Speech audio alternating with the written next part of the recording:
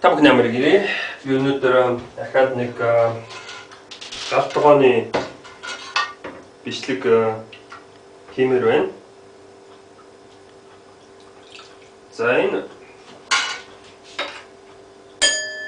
Бадар аягны одоо жишээ загвараар хийсэн энэ дуулдаг аяг ч нэг тийм аяганд би шүлх хий. Тэгээд энэ зүйлийн талаар бас ярмаар байгаа. За би энэ одоо жишээ нь тэр мөнгө төгрөг хариуцуулах тэр баян намсартай холбоотой ч юм нэг тийм зүйлийн талаар ярьж байгаа. Энэ бол миний 3 дахь бичлэг. Би мөнгө тогтоох тарина гэж ярьсан. Мөнгөтэй болохыг хүсэх тарина гэж ярьсан. За өмнөх бичлэгэн дээр би энэ одоо жишээ нь үгдгийн дараалал нь бас надад таалагдж байна гэж хэлсэн байгаа. Гэхдээ эхлээд ер нь мөнгөтэй болохыг хүсэх хэрэгтэй байх. Дараа нь тэр мөнгөө хэрхэн тогтоох вэ талаар бодох бах. Гуравт нь одоо буян ариуцах талаар бодож болох юм а. Тэгэхээр энэ 3 дахь буян ариуцах тухай би өнөөдөр ярмаар байна. За тэгэхээр хин нэг нь одоо жишээ нь ийм доорх үгийг хэлвэл одоо буян ариуцнаа гэж хэлээд одоо жишээ нь юу гэдгийг зүгээр л хэлэл өгчдөг юм байна л да. Одоо жишээ нь танаас итгэхийг шаардж байгаа. Өөрөөр хэлбэл тайлбарлаж өгөөгүй ээжиж одоо шууд одоо юу гэх юм бэ энийг хэл тэгэл одоо жишээ нь эд шидийн юм шиг буянч наримчнаа гэж одоо хэлж байгаа юм шүү. За энэ юу гэж вэ нөхөр даада ята хуя худуу гэлээ завхруу мэдрээ наая сууха гэж. За тэгэхээр үг хэлэхээр одоо жишээ нь буян аривчдын мүү гэсэн асуулт гарна. Ерөөл хэлэхээр буян аривчдын мүү, тарин хэлэхээр буян аривчдын мүү гэж. За аривчддаг байж магадгүй. Энэ одоо жишээ нь гэдгийн күнзийн сургаал гэж байгаа тийм үү. Тэгээд буддагийн сургаал гэж байна. За күнз юу гэж хэлсэн бэ гэхээр одоо нэг одоо жишээ нь ямар ч алдаагүй өгүүлбэр хэлхийн оронд алдаатай ч гэсэн хамаагүй 2 өгүүлбэр хэлсэн нь илүү дээр гэж хэлсэн байна. Өөрөөр хэлбэл нэг гоё хээтэй халбаг үйлдвэрлэхийн оронд 2 энгийн халбаг үйлдвэрлэл нь илүү дээр гэсэн тиймэрхүү одоо бизнесийн гэмээр юм уу тиймэрхүү номлолыг хэлсэн байгаа. За гэтэл буддаа болохоор одоо жишээ нь юу гэх юм мянган юм тийм үг хэлж болно. Гэхдээ тэр үгэнд нь одоо жишээ нь хайр гэсэн юм ороогүй бол эдгээр үг одоо жишээ нь учир утга байхгүй маа гэсэн юм байна. Тэгэхээр энэхүү таринд одоо жишээ нь юу гэдгийг хайр гэсэн үг байна уугүй юу гэсэн асуудал гарна. Хайр гэсэн үг одоо жишээ нь төвдөр юу гэдгийг би мэдэхгүй байна. Энтэйгээр синта гэдэг баг тийм үү. Тэгэхээр энд одоо жишээ нь дада хуя энэ төр дээр хайр майр гэсэн үг алга байна. Тэгэхээр буддагийн одоо жишээ нь юу гэдгийг яриагаар бол хэлж байгаа үгэнд нь хайр гэсэн юм орсон бол одоо буянтай юм а гэж. За бас одоо жишээ нь юу гэдгийг буддагийн сургаалыг энэ Бадар аягаар нь одоо бэлэгддэг байгаа. Энэ бидний амьдарч буй энэ сав ертөнц тийм үү? Мөнхийн сав ертөнц. Тэгээд энэ сав ертөнц дотор энэ бидний одоо мөнх ус шимийн ертөнц гэж байдаг. Тэгээд энэ аяг одоо жишээ нь их дундуур эсвэл хоосон байх юм бол тэр шимийн ертөнцтэй ямар нэгэн асуудал үүссэн байна. Гайхамшиг ч юм уу ямар нэгэн асуудал үүсчээ гэж үзэж болно. Эсвэл бүр ингэж хоосон байх юм бол одоо тухайн улс оронд буддын шашныг хүндэлж үздэг юм байна. Бадар аяг нь хоосон байна. Тэгэхээр одоо юу гэдгийг бүгдөө христийн шашинтай болсон ч юм уу бүгдөө залын шашинтай болчихсон ч юм уу тийм. Тэгэхээр энэ Бадар аяг одоо янз бүрийн амттын хэмтнэр одоо жишээ дүүрэн байх юм бол одоо жишээ нь гэдгийг амьдрал сайн байна. Тэр одоо үнэн шашныг тий одоо буддын шашныг гэдэг юм тий хүмүүс бишрэн дагаж хөтөж байна гэсэн одоо жишээ нь гэдгийг номлол байгаад байгаа юм. За гэтэл энэ одоо жишээ нь бидэнд одоо ингээд ирсэн одоо энэ буддын шашин гэдэг байгаа зүйлд одоо жишээ нь гэдгийг хилж тогтсон зүйл байгаа. Яахлаар буянтай байх вэ гэж. Тийм үү? Тэр одоо жишээ нь юу гэдгийг 10 хар нүглийг төвчүүл буянтай байна. Эсвэл нөгөө нэг Буддагийн 5 нүгэл гэдэг амьд таслахгүй, хулгай хийхгүй, буруу хорцохгүй, худал хийхгүй, арьтаар суухгүй гэснийг одоо төвчжээвэл таны буян хариуцж байна гэж хэлээд байгаа. Тэгэхээр эдгээр зүйлийг одоо төвчхийн тулд яах хэрэгтэй гэхээр бие сэтгэлээ ариусгах ёстой. Тийм учраас та нар Умани Падме Хум гэж хэлвэл таны одоо юу гэдгийг бие сэтгэл ариусна, таны буян заяа бас ариучна гэж амлдаг байгаа. Гэтэл энэ дада ята хуя худуу гэлээ гэдэг нь Умани Падме Хум биш вэ шүү дээ. Тэ? Биш вэ. Тэ. Тэгэхээр энэ бол ямар нэгэн тийм нэг л өөр юм байна. Энэ хаанаас ийм юм ороод ирвэ гэж. Тэ. Тэгэхээр нэлээд удаан хугацаанд одоо шинэ Умани Падме Хум гэж хэлж одоо өөрийгөө ариусгах гэсэн нэг тийм юм явсан тийм үү. Тэгээ би Умани Падме Хумны талаар одоо жишээ нь юу гэдгийг өөрийн санал бодлоо илэрхийлсэн байна. Одоо өсөж үржихгүй би юм хүсэхгүй гэж одоо ингэж хэлж одоо жишээ нь юу гэдгийг өөрийгөө ариусгана гэдэг бол их учир утгагүй зүйл юм а гэж би хувьдаа үзээд байгаа. Үнэхээр л одоо жишээ нь тэр одоо би юу ч хүсэхгүй байна гэж хэлэх юм бол одоо жишээ нь юу гэдгийг энэ ер нь мөнгөтэй болохыг хүсэх юм ямар хэрэгтэй юм бэ те? Эсвэл энэ мөнгөтэй байгаа тэр мөнгөө тогтоохыг хүсэх юм ямар хэрэгтэй юм бэ? Яагаад энэ одоо жишээ нь одоо гэдгийг эд материалаас татгалздаг шашны зүйл гэсэн нэрийдлэр одоо жишээ нь ийм өшөө энэ одоо гэдгийг хүний шунал тачаалд одоо жишээ нь зориулагдсан зүйлийг ингэж хийцгэж байгаа юм бэ гэж. Тийм.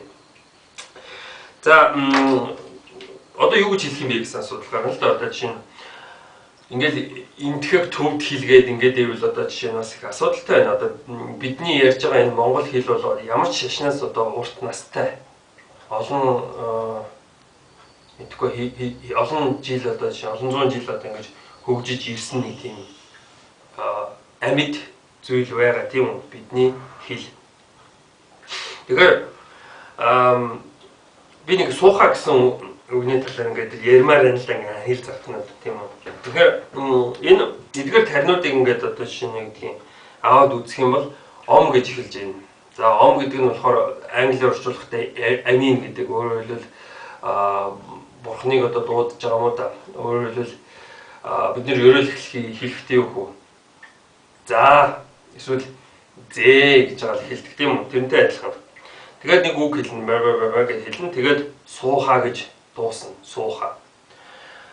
Сууха гэдэг нь юу гэсэн үг юм бэ гэхээр одоо энэ интернетэд тэр вики дээр тайлбар байна л да. Сууха гэж төв дээр ярьдаг. Энэ болохоор энэ тхигийн галны бурхны эхнэрийн нэр Сваха гэж. Тэгэхээр Сваха гэдэг нь болохоор одоо сайн хэллээ, зөв ойлгууллаа гэсэн утгатай гэж байна. Тэгэхээр энэ тхиг одоо шинэ хэлэн дээр зөв ойлгууллаа, сайн хэллээ, сайн явагдлаа гэдгийг юу гэж хэлдэм бэ гэхээр суугаа гэдэг юм байна. Суугаа. Тэгэхээр суугаа гэдэг үг нь сууха, манайхаар сууха болд юм шиг байна. Бас сууха гэдэг нь болохоор баас гэсэн үг юм байна л да.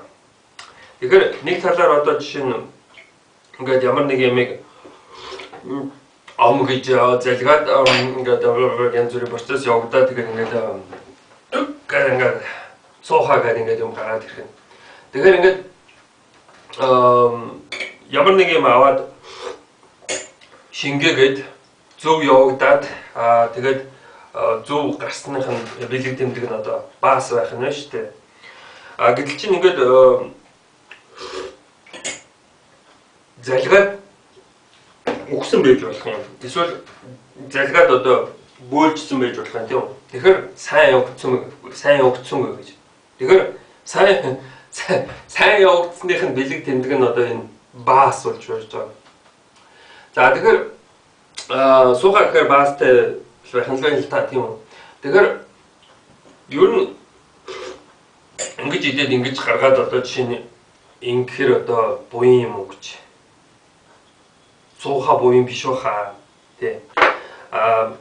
Ингэж идээд ингээд шингэсэн тийм үү. Тэгтээ бас миний амаар ингэж гарч байна. Тийм үү. Үг тий. Тэр нь одоо жишээ нь юу гэх юм буян байх. Магадгүй одоо жишээ нь шүдэ угаагаагүйгээс болоод хүмүүс бас шиг үнэсдэг тийм яриа шит толкинг гэж яддаг бас яриад байна гэж тийм эсвэл бороод. Тэгэхээр нэг суухаа гэдэг нэг тийм толгой өргөсөн үг энд байгаад байгаа маа. За буян гэж аа. Юуг буян гэх вэ гэж. За малын буян гэж яриад байдаг тийм үү? Малын буйны ачаар одоо би ийм тарган цатгалан байна. Энэ тарган цатгалангаа одоо жишээ нь ямар нэгэн байдлаар одоо сайхан тарааж явахгүй бол одоо жишээ нь юу гэдгийг энэ буян чи одоо жишээ намайг зүрх мөрхний одоо хүчинтэй болоод одоо жишээ нь гэдгийг алга шинжтэй. За нөөрний буян гэж байна тийм үү? Би ингээд маск зүрчээд ингээд яриад иж болохгүй. Тэр